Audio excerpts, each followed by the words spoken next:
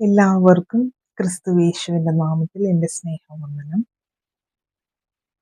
പരിശുദ്ധാത്മാവിന് നേരെയുള്ള ദൂഷണം അത് ക്ഷമിക്കപ്പെടാത്ത പാപമാണ്.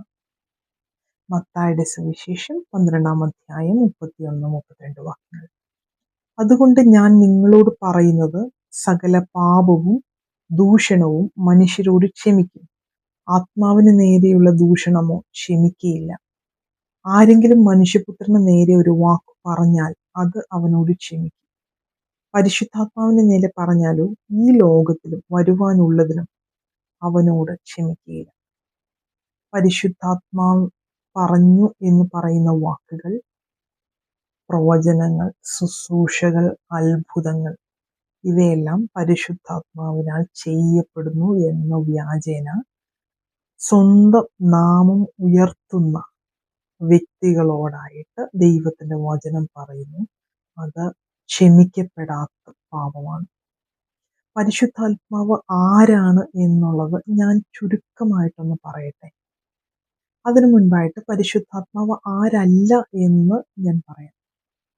പരിശുദ്ധാത്മാവ് ഒരു വൈകാരിക അനുഭവം തരുന്ന ഒരു സ്വാധീനമോ ഒരു ശക്തിയോ ഒരു ഊർജമോ ഇതൊന്നുമല്ല പരിശുദ്ധാത്മാവ്.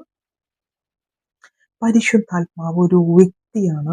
പരിശുദ്ധാത്മാവ് ദൈവമാണ്. പരിശുദ്ധാത്മാവ് വ്യക്തിയാണ് എന്നുള്ളതിന്റെ ചില തെളിവുകൾ ദൈവത്തിൽ നിന്ന് ഞാൻ പറഞ്ഞോളട്ടെ. 1 കൊരിന്ത്യർ 2-ാം അധ്യായത്തിൽ പറയുന്നു, അവൻ ദൈവത്തിന്റെ ആഴങ്ങളെ അറിയുന്നു.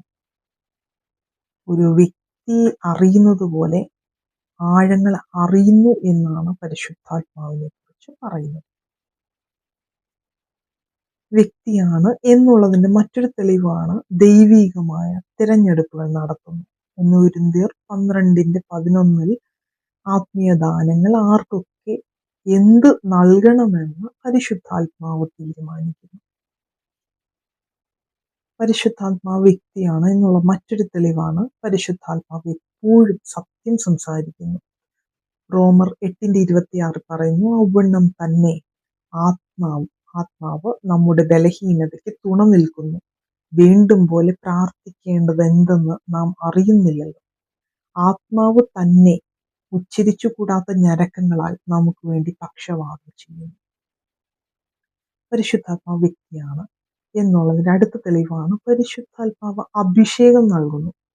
അപ്പോസ്തല പ്രവൃത്തി 1:8 പറയുന്നു, എന്നാൽ പരിശുദ്ധാത്മാവ് നിങ്ങളുടെ മേൽ വരുമ്പോൾ നിങ്ങൾ ശക്തി ലഭിച്ചിട്ട് യെരൂശലേമിലും യഹൂദയിൽ എല്ലായിടത്തും ശമര്യയിലും ഭൂമിയുടെ അറ്റത്തോളം എന്റെ സാക്ഷികളാകും എന്ന് പറഞ്ഞു.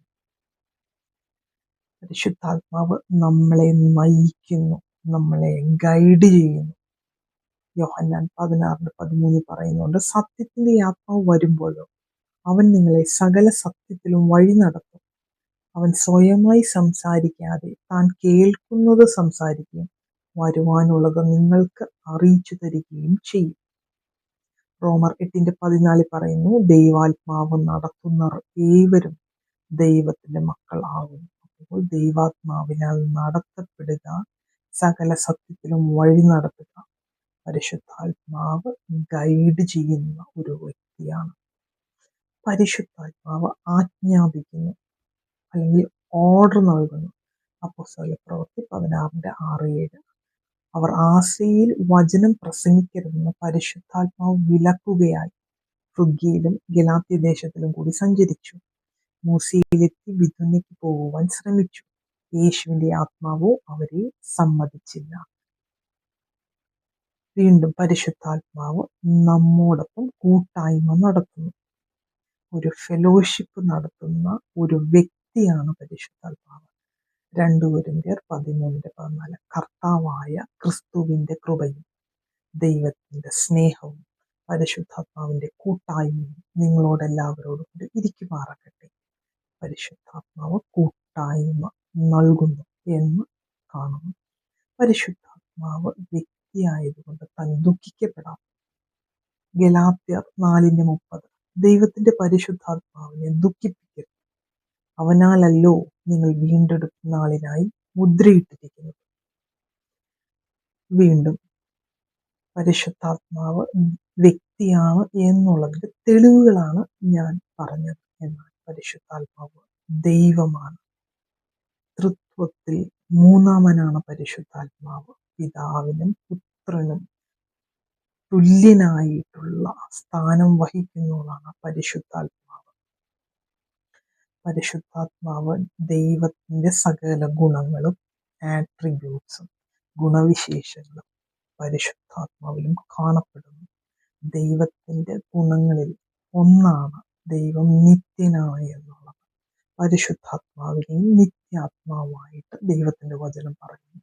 എബ്രായർ 9:14 ആട്ടുകൊറ്റന്മാരുടെയും കാളകളുടെയും രക്തവും മലിനപ്പെട്ടവരുടെ മേൽ തളിക്കുന്ന പശുഭസ്മവും ജഡീയ ശുദ്ധി വരുത്തുന്നു എങ്കിൽ നിത്യാത്മാവിനാൽ ദൈവത്തിന് തന്നെത്താൻ നിഷ്കളങ്കനായി അർപ്പിച്ച ക്രിസ്തുവിന്റെ രക്തം ജീവനുള്ള ദൈവത്തെ ആരാധിപ്പാൻ നിങ്ങളുടെ മനസാക്ഷിയെ നിർജീവ പ്രവർത്തികളെ പോക്കി എത്ര അധികം ശുദ്ധീകരിക്കും.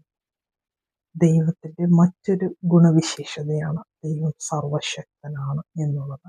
പരിശുദ്ധാത്മാവും സർവശക്തനാണ് എന്നുള്ളത് വചനം പറയുന്നു. 31-ാം പറയുന്നുണ്ട്, ദൈവത്തിന്റെ ആത്മാവ് വെള്ളത്തിന്മീതെ പരിവർത്തിച്ചുകൊണ്ടിരുന്നു. സൃഷ്ടിക്കും പരിശുദ്ധാത്മാവിന്റെ പ്രവർത്തനം കാണുന്നുണ്ട്. ലൂക്കോസ് 1:35 പറയുന്നു, അതിന് ദൂതൻ പരിശുദ്ധാത്മാവ് നിന്റെ മേൽ വരും, അത്യുന്നതന്റെ ശക്തി നിന്റെ മേൽ നിഴലിടും, ആകയാൽ ഉത്ഭവിക്കുന്ന വിശുദ്ധ പ്രജ ദൈവപുത്രൻ എന്ന് വിളിക്കപ്പെടും. ഇവിടെയും പരിശുദ്ധാത്മാവ് നിന്റെ മേൽ കടന്നു വരുമ്പോൾ അത്യുന്നതന്റെ ശക്തി നിന്റെ മേൽ നിഴലിടും. പരിശുദ്ധാത്മാവിനെ സർവശക്തനായ ദൈവമായിട്ട് കാണുന്നു. ദൈവത്തിന്റെ മറ്റൊരു ഗുണമാണ് ദൈവം സർവവ്യാപിയാണ്, ഓംനി പ്രസന്റ് ആണ്. ആ ഗുണവിശേഷത തന്നെ പരിശുദ്ധാത്മാവിനും കാണുന്നുണ്ട്. സങ്കീർത്തനം 139:7 നിന്റെ ആത്മാവിനെ ഒളിച്ച് ഞാൻ എവിടേക്ക് പോകും? തിരുസന്നിധി വിട്ട് ഞാൻ എവിടേക്ക് ഓടും? സ്വർഗത്തിൽ കയറിയാൽ നീ അവിടെ ഉണ്ട്, പാതാളത്തിൽ എന്റെ കിടക്ക വിരിച്ചാൽ നീ അവിടെ ഉണ്ട്. ഞാൻ ഉഷസ്സിൻ ചിറക് ധരിച്ച് സമുദ്രത്തിന്റെ അറ്റത്ത് ചെന്ന് പാർത്താൽ അവിടെയും നിന്റെ കൈ എന്നെ നടത്തും, നിന്റെ വലങ്കൈ എന്നെ പിടിക്കും. ദൈവത്തിന്റെ മറ്റൊരു ഗുണമായ പരിശുദ്ധി പരിശുദ്ധാത്മാവിലും കാണപ്പെടുന്നു എന്ന് ദൈവത്തിന്റെ വചനം പറയുന്നു. റോമർ 1:5 ജഡം സംബന്ധിച്ച ദാവീദിന്റെ സന്തതിയിൽ നിന്ന് ജനിക്കുകയും മരിച്ചിട്ട് ഉയർത്തെഴുന്നേൽക്കിയാൽ വിശുദ്ധിയുടെ ആത്മാവ് സംബന്ധിച്ച് ദൈവപുത്രൻ എന്ന ശക്തിയോടെ നിർണയിക്കപ്പെടുകയും ചെയ്തിരിക്കുന്നുവല്ലോ. സോ ഇവിടെ കാണുന്നു വിശുദ്ധിയുടെ ആത്മാവ് പരിശുദ്ധാത്മാവിനെ ദൈവത്തിന്റെ ഗുണവിശേഷമായ വിശുദ്ധിയിൽ കാണപ്പെടുന്നു. മഹത്വത്തിന്റെ ആത്മാവ് എന്നും കാണുന്നു. പത്രോസ് 4:14 ക്രിസ്തുവിന്റെ നാമം ഹേതുവായി നിന്ന സഹിക്കേണ്ടി വന്നാൽ നിങ്ങൾ ഭാഗ്യവാന്മാർ, മഹത്വത്തിന്റെ ആത്മാവായ ദൈവാത്മാവ് നിങ്ങളുടെ മേൽ ആവസിക്കുന്നുവല്ലോ. വീണ്ടും ദൈവത്തിന്റെ മറ്റൊരു ഗുണവിശേഷതയാണ് ജീവൻ നൽകുന്നു എന്നുള്ളത്. പരിശുദ്ധാത്മാവും ജീവൻ നൽകുന്ന ആത്മാവായിട്ട് കാണിക്കുന്നു. 2 കൊരിന്ത്യർ 3:6 അവൻ ഞങ്ങളെ പുതിയ നിയമത്തിന്റെ ശുശ്രൂഷകന്മാർ ആക്കുവാൻ പ്രാപ്തരാക്കി. അക്ഷരത്തിന്റെ ശുശ്രൂഷകന്മാരല്ല, ആത്മാവിന്റെ ശുശ്രൂഷകന്മാരത്രേ. അക്ഷരം കൊള്ളുന്നു, ആത്മാവോ ജീവിപ്പിക്കുന്നു. തൃത്വത്തിൽ മൂന്നാമനാണ് പരിശുദ്ധാത്മാവ്. ദൈവത്തെ ആരാധിക്കുകയും ബഹുമാനിക്കുകയും ചെയ്യുന്ന അതേ ആരാധനയും ബഹുമാനവും പരിശുദ്ധാത്മാവിന് അർപ്പിക്കുന്നു. പരിശുദ്ധാത്മാവിന്റെ നാമത്തിൽ ചെയ്യുന്ന വ്യാജ പ്രവചനങ്ങളും വ്യാജ ശുശ്രൂഷകളും വ്യാജ അത്ഭുതങ്ങളും പൈശാചികമാണ്, അത് ദൈവത്തിൽ നിന്നുള്ളതല്ല. അങ്ങനെ ചെയ്യുന്ന മനുഷ്യരോട് ദൈവം ക്ഷമിക്കുകയില്ല എന്ന് വചനം പറയുന്നു. ഈ വചനം എല്ലാവർക്കും അനുഗ്രഹമായി തീരട്ടെ. ദൈവം നമ്മളെ എല്ലാവരെയും ധാരാളമായി